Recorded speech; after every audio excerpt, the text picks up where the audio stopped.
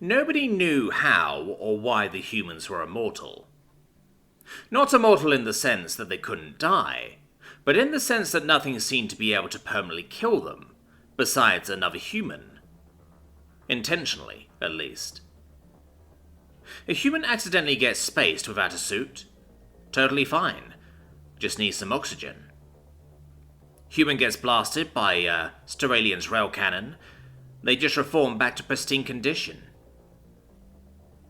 A mad Karnan scientist infects an entire human colony for his bioweapons experiments. They seem to treat it like a bad cold at worst. An asteroid is not intercepted by the orbital defenses and smashes a human colony to pieces. They're more annoyed at their loss of property. A human accidentally slips when mountain climbing. They get back up and try again. Human gets melted by the acidic spray of a Krint warrior drone.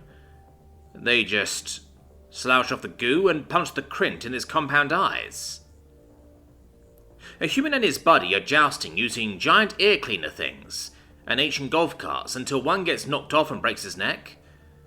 They just get back up, reset their neck, and yell again. An entire fleet of human ships gets obliterated. The crew just end up boarding the enemy fleet and taking it for their own. And fortunately for those who successfully pull this off, prize rules are still a thing. I would like to point out that, also unexplained, whatever a human has physically on them when they die, also reforms. Here are just some detailed examples as evidence of human immortality. The 137th Orbital Drop Battalion was deployed to the surface of Sirilla 4 to establish a beachhead for the rest of the invasion force. Half the 137th were wiped out by ground and air-based defences before they even reached the ground, and they lost all their armour on their way down as well. The Allied fleet was appalled by the amount of casualties the Terrans were taking, and yet the Terran general stood there stone-faced. By the time the other members of the Allied army reached the beachhead, they expected to find the humans barely holding on, with piles of corpses and limbs spread throughout the site. What they instead found was a determined defense by the 137th ODB as they repelled wave after wave of Ceruleans.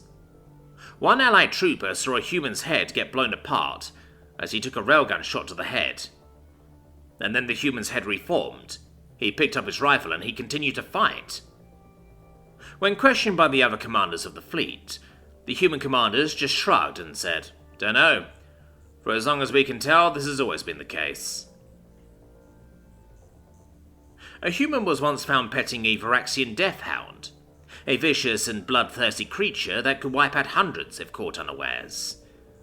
When he asked how he accomplished this feat, he simply said, "The old bugger got tired of gnawing on me leg." A human was once spaced by a drunk Cerulean, not to be confused with Ceruleans, and smacked into the surface of Cerulia Prime at 100 times the terminal velocity for a human. When news and cleanup crews arrived, they discovered a perfectly intact human, clad in only an engineering jumpsuit, who was more annoyed about trying to figure out how to get back to the ship without any credits on him, than the fact that he seemed to have shattered the ground underneath him.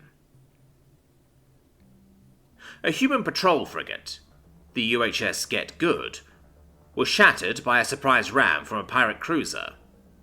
The shields not up in time to mitigate the damage. By the time local forces arrived to assist, the 239 humans registered on the Get Good had already successfully boarded the cruiser and had overrun the pirates on board. It is unfortunate that the pirates, in the words of the crew of the Get Good, suffered an unfortunate case of sudden atmospheric depressurization. The crew were eventually successful in petitioning their council to allow them to keep the ship, and after extensive modifications, she was rechristened the, again, Get Good.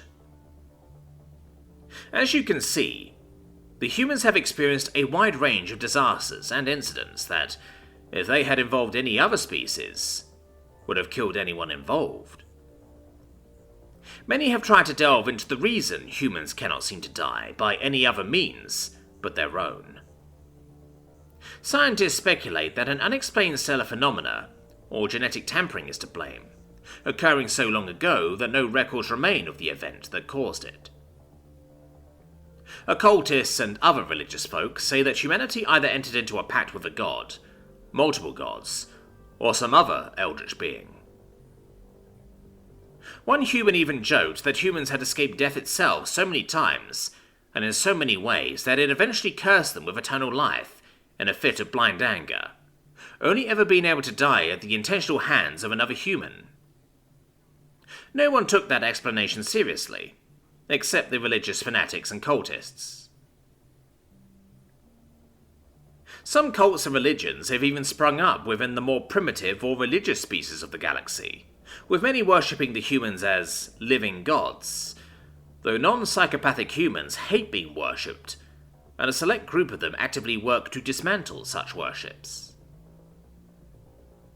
While we may never know how humanity gained its, as they say, curse, the galaxy is grateful that humanity has not seen fit to exploit their seeming immortality to its fullest.